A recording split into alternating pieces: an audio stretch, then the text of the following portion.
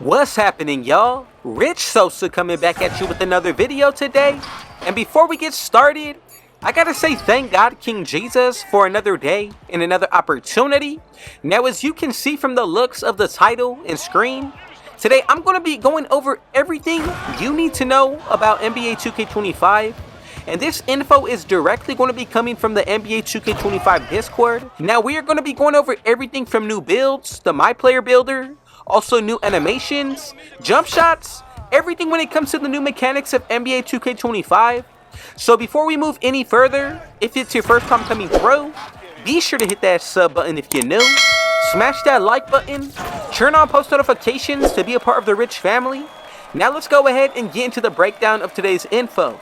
So as you can see on screen, I'm going to be going over every single question answered in the 2K Discord. So this is what we're going to be looking like inside of the Discord. And as you can see on the screen, Evan did put out a post on August 1st. So it starts out with saying, welcome. This is where we'll share answers to select questions from NBA 2K25 gameplay questions. Today we're talking all about gameplay in NBA 2K25. All answers will be about NBA 2K25 New Gen on PlayStation 5, Xbox Series X and S, and PC. So the first question that we got from Beluba answered on August 1st. If you're still looking to find the answer, here it is. Are instant green animations back in NBA 2K25? Here's his answer.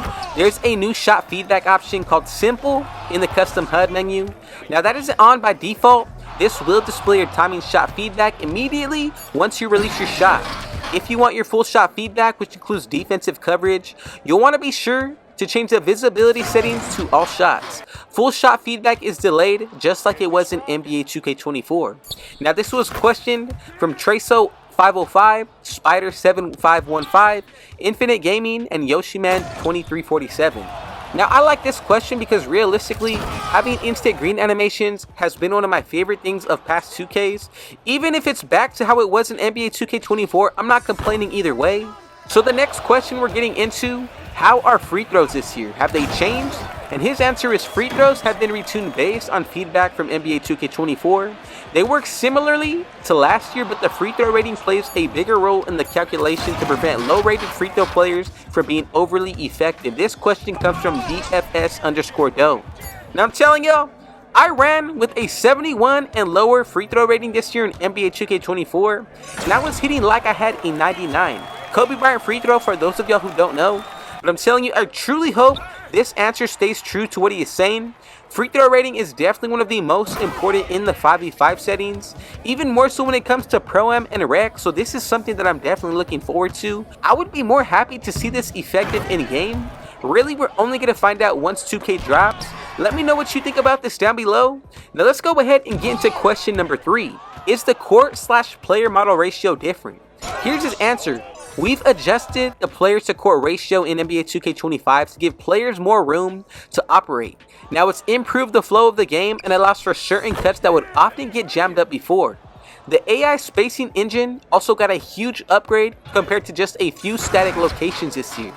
There are now over 20 dynamic adjustment locations constantly feeding the AI a stream of spacing information. This helps AI teammates properly space to give you more room to isolate and work on the two-man game.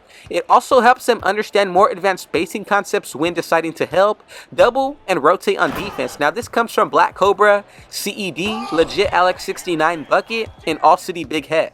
Now what do y'all think about this one? I'm telling you, the fact that as dribblers, if you're an ISO player, this is a huge W. If you're one that does not know how to play defense, or if you're struggling on defense, I'm telling you this might hurt you in the long run. More space does allow the offensive players to operate, meaning on the defensive side, there's going to be more space that you need to cover. Honestly, I think it can work out both ways, but I think this is a huge W for my isolation players. Now let's go ahead and get into question number 4. How are shot meters changed in NBA 2K25? We got a glimpse of one in the trailer and it looked a bit transparent than the previous 2Ks. Now here's his answer to this. The shot meter works pretty differently in NBA 2K25 compared to previous games. There are 3 options to choose from: Era, which is default, Ring, and Dial. Rather than freezing when you release the shot button, all of the meters animate from the beginning to end, in sync with the ideal time to release the button. Think of it more as a timeline of the shot animation rather than a traditional meter. The ideal time to release the button is the exact frame the meter disappears from your screen. It'll make more sense once you try it. One of the main benefits of this change is that shot meters are much more accurate online, so you no longer need to compensate for latency when you're shooting shots, layups, or free throws online. The size, color, and placement of the shot meter is fully customizable in the custom HUD screen. And yes, there is a still small bonus for playing with the shot meter off. Now this question comes from Ninja and President Cello. Now for those of you who turn off your meter, this is a huge W, but the fact that he says right here, look, the ideal time to release your button is the exact frame the meter disappears from your screen. Now he's saying it's going to make more sense once we test this out, but read the next line. One of the main benefits of this change is that shot meters are much more accurate online, so you no longer need to compensate for latency when you're shooting shots, layups, or free throws. Y'all, do you not see this? If you're not lagging or if you're lagging, it's not going to make any type of difference towards your jump shot if you know your timing. Huge W, Mike Wang. I'm telling y'all, if this stays true, this is absolutely one of the best features put into NBA 2K25. Getting into the next question, as you can see, any changes to layup/dunk timing this year? And this is his answer. Layup timing is optional and disabled by default, but I recommend turning it on. If you want to gain an advantage as a slasher, this is what you need to do. Now, just like shots, there are a separate layup timing and profile options, real player percentage, low, normal, high, and you can customize the setting to match your ability. Now, the dunk timing is always on for skill dunks, but you can still dunk without using that, particularly using this mechanic. Now, the dunk meter logic has also been improved, so instead of the window size being determined just at the start of the dunk, it dynamically adjusts throughout the entire dunk sequence to better reflect defensive impact. Now this question comes from Boom Boom. Now one question that I have about this. Let's just go ahead and say you beat your opponent, but he's a lockdown defender. Of course, he's going to have some badges to catch up. So if he happens to get in your way as the sequence of your dunk is going through, is that going to affect the green window that we particularly had at the beginning of the shot rather than the end? That's really something that I think we need to know. Now look, honestly, if it stays the same, green window the entire shot, that's fine. But if it changes based off what our defensive player is doing, I'm telling you that might be a problem for slashers in the long run. I'm just saying it right now. But let's go ahead and dive into the next question. So as you can see, how does shot feedback work with rhythm shooting? Now look, this has been something that I've even questioned. Here's his answer for it. When using rhythm shooting, there are two main factors to consider: push timing and tempo.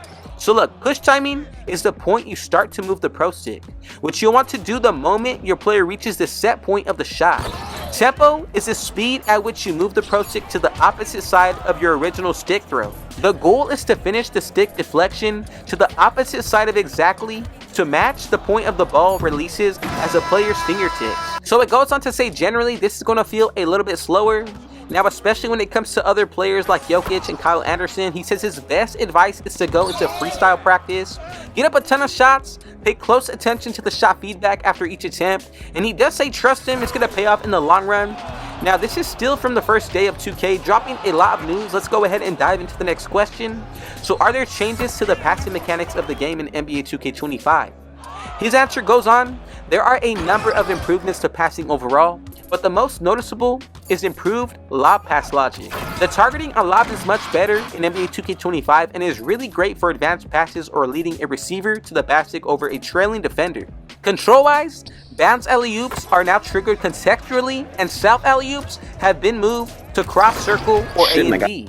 Now this question comes from Koza, Joey2K, and one and only Pack. Really, I think this is a huge W. I want to know, does this mean we're more of a quarterback when it comes to NBA 2K25 as far as for the passing? If we're able to choose exactly where we want to position the ball in a throw, I think that's something that can definitely be implemented. And ultimately, the more control that we have to put passes in certain locations, I think the better. Especially considering he did heavily touch on lob passes, I think that's going to allow us to play a little bit better when it comes towards throwing alley-oops. Not only that, but being able to put our offensive players in a better position. Now getting into the next question, what is the default shot timing profile in NBA 2K25? His answer goes on to say, shot timing profile defaults to difficult base, now which automatically maps rookie through pro to low, all-star and superstar to normal, and Hall of Fame to high. Now this question comes from Because CK. Now I do like the fact that they put them into their own 3 tiers, really makes it easy to understand. So for the next question, can you still jab step into standing meter dunk? You can no longer perform jab steps when you're standing under the basket. You'll get pump fakes now instead. Now this question comes from Young Dirk. Huge W. This was a huge problem when it came to NBA 2K24. Not only did jab steps allow those post scores to push you out of the way, but you can't even contest it, allowing them for an easy green every single time. Now diving into the next question, have scoopers been retuned? Quick scoop layups got a small nerf to better balance the risk versus reward of using those type of finishes. This question comes from High Poppy and Solo. Now scoopers were pretty overpowered in NBA 2K25. The fact that they've been retuned, honestly, I think there has to be more risk when it comes to this kind of animation. As long as they touch on this in NBA 2K25, I have no problem with thinking that they're going to make it a little bit better. Now when it comes towards the next question, on the courtside report it says you added over 9,000 animations. Could you tell us more? So he went on to say, we've added over 9,000 new ProPLAY animations to NBA 2K25, bringing the total to around 14,600. From the main gameplay categories, there are 15,000 dribble sequences, 1,100 shots, 1,300 motion sequences, 800 rebounds, 1,000 passes, 434 dunks, 550 blocks, 1,110 layups that are new to NBA 2K25, and there are plenty more of miscellaneous areas. Now this question comes from RF Ribeiro. Now if Mike Wang is giving us the same exact dribble animations we've had for the past 5 years, man, go ahead and keep this game, rework NBA 2K16, go ahead and drop a re-release, even 2K15, something, y'all. We need something fresh, new. Now let's go ahead and get into the next question. Are there any new post moves? There are new post fades and hooks thanks to ProPLAY. Bro, I'm telling you, this question comes from Team Basketball and Elijah Dream. What I say? Now, this is a huge W. Y'all know I was a part post scorer this year. Considering that we're going to be able to get more animations out of that post game, does show that they paid a lot of attention to the interior, and I think it's going to be one of the most overpowered aspects this year. Now getting into the next question, day 2. This is going to be from August 2nd. So the question comes in, is there any penalty for playing off-ball defense? Now there's no explicit penalty for playing off-ball, but there are definite advantages to manually controlling the on-ball defender. User-controlled defenders get a slight boost to their contest scores compared to AI-controlled teammates. Also, users can take an advantage to the new defensive cutoff mechanic to get more jam-ups and fumbles against the ball handler. AI teammates also have perception delays, so based on their rating, they may not be as reactive and give up driving lanes more often than a solid user controller defender would. Now I think this is pretty important because when it came towards rec in this year and previous years, or any type of game mode where your teammate quit, I'm telling you, that was just an easy bucket for any team. I believe in NBA 2K21, all you had to do was a step back and it was an open 3. This year, you can do an off-ball screen. Realistically, you can even throw a self alley-oop and that's an easy score every time, or easily just back them down. So the fact that they did touch on this a little bit more, I think is a huge W. Getting into the next question, will you need post control attributes in order to score post fades? He goes on to answer, you don't need post control for post fades. Post control is more for post moves. Post fade success is driven by your shot rating on the close and mid-range, and also your badges. Now this one comes from Jalen Gatto. Now something that I'm thinking about, does this mean every build is going to allow to unlock any and every post control animation? If that's the case, I'm telling you, I think post control animation should certainly be limited to a certain height. Whether that means getting certain animations or even attributes, I think that's definitely something that needs to be locked or unlocked throughout the year. If you're allowing every build to get the same as any post scorer, I think that really sets the post scorers up for failure. Now you need to make sure that every build in NBA 2K25 has some type of uniqueness. You don't want lockdown defenders posting you up. You also don't want playmakers just being able to shoot lights out with playing elite defense. You need to have balance on each build.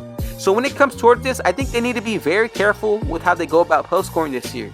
I'm telling you now, if they don't touch on this at the beginning, it's going to be the same 2K that we've seen in the previous years. If there's a balance to the post scoring, that's perfect. But number one thing that they need to focus on is making sure that not every build can do what an exact post scorer can. So diving into the next question, August 3rd, Mike Wang is on fire with answering these. Coming in, how will hot zones affect shooting this year? Hot zones still give you a small boost to your shot ratings. This comes from Mr. Relium and Feisty Deer 2. Now I'm telling you, hot zones have always been the same. I have heard they work a little bit differently this year. I believe I saw something coming from Mike Wayne's Twitter account. Now getting into the next question, what changes have been made to post defense? Post fades and hooks now use a different set of contest logic than normal shots. The new logic better simulates how shooting out of the post is in real life and puts more of the make versus miss on the shooter's ability to time an inherently more difficult shot. Now defenders will still want to get a hand up or jump to contest the shot to make it tougher for the shooter. This comes from post spin. Now I'm telling y'all, say goodbye to those post spins, say goodbye to those post hookers. I'm telling y'all, post scoring should not be post fade, post hook, post hook, post hook, back to back to back to back.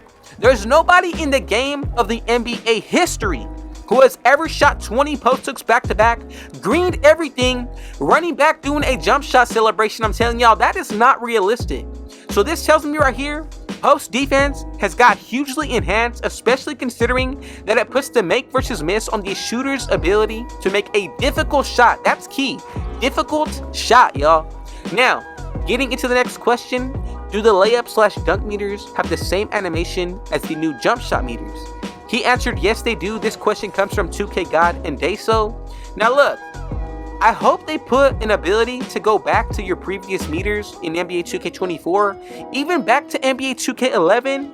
If they gave us the ability to choose any type of meter, I think that's the ultimate best way to make everybody happy. Other than that, I'm telling you, we're all gonna have to get used to this new meter. Now let's go ahead and dive into the next question. Coming from Marshy, what shot timing profile is the closest how shooting works in NBA 2K24? His answer, the shooting model for NBA 2K25 is pretty different than last year, so it's really hard to compare. If I had to pick, I'd probably say NBA 2K24 is somewhere between this year's normal and high profiles. So like I said, we're going to have to go ahead and test out shooting this year to know exactly what he means. However, if you want the closest replication to this year's shooting on NBA 2K25, go ahead and pick the settings normal and high profiles when it comes to shot profile.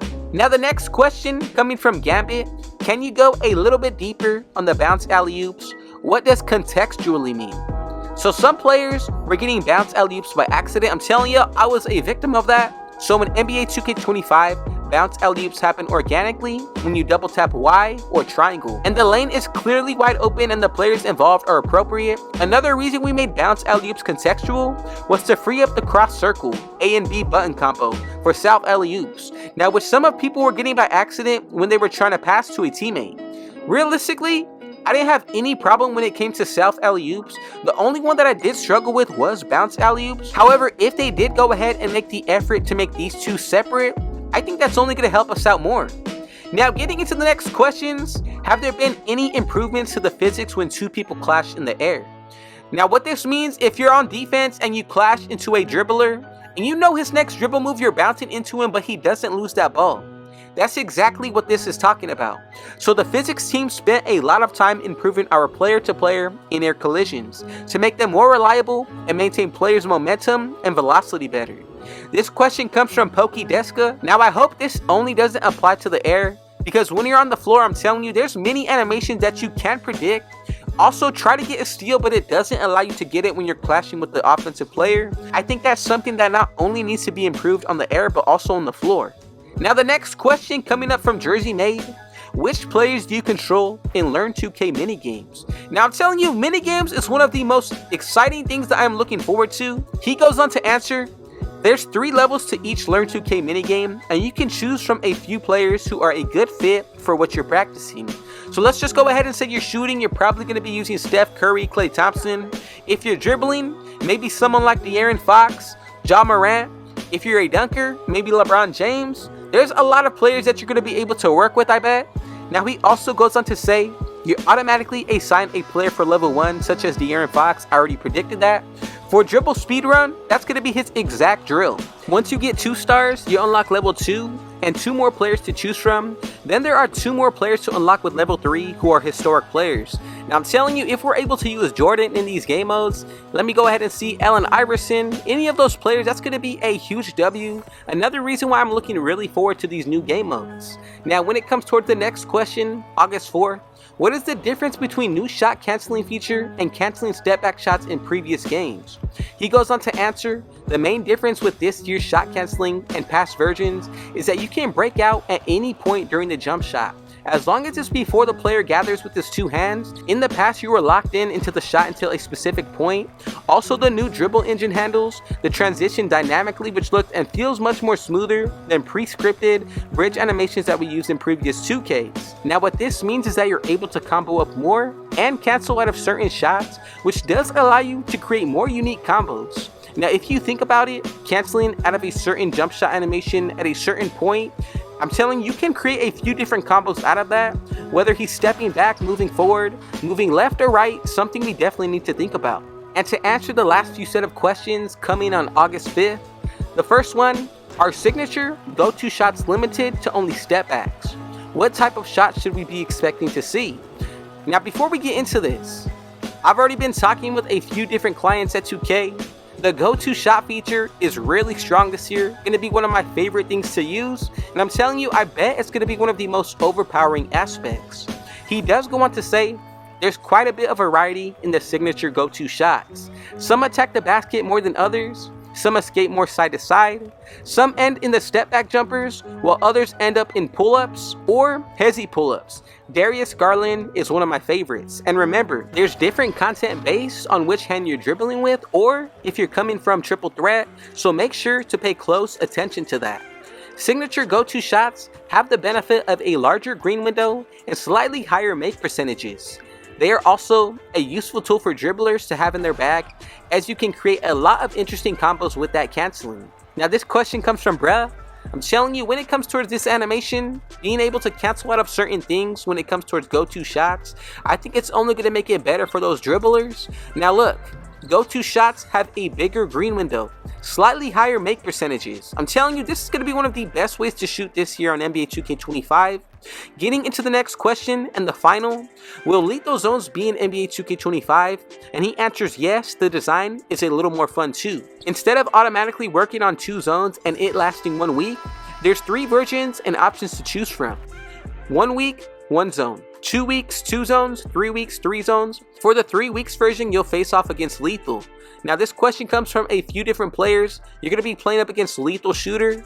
Now look, I'm telling you, 2K hopefully is adjusting more to the My Career side, allowing players to enjoy, not only pay more to play, but enjoy the actual game. Now based off of everything that I put together today, if you have any questions, feel free to go ahead and let me know in the comments. What are you most excited about in NBA 2K25? For myself, the go-to shot features and the mini games are definitely something that I'm looking forward to run with. However, if you made it this far into the video, thank you so much for your support. I'll definitely be sure to go ahead and drop a part 2 when it comes to more notes. I'm going to continue to drop y'all all the info. We are so close to 8K supporters, and I appreciate every one of you. Now look, before we get out of here, I gotta say thank God King Jesus for another day and another opportunity. Comment down TG for thank God and where you're tuning in from, and I'll definitely be sure to reach back to you with a response. And if it was your first time coming through, be sure to hit that sub button if you're new. Smash that like button.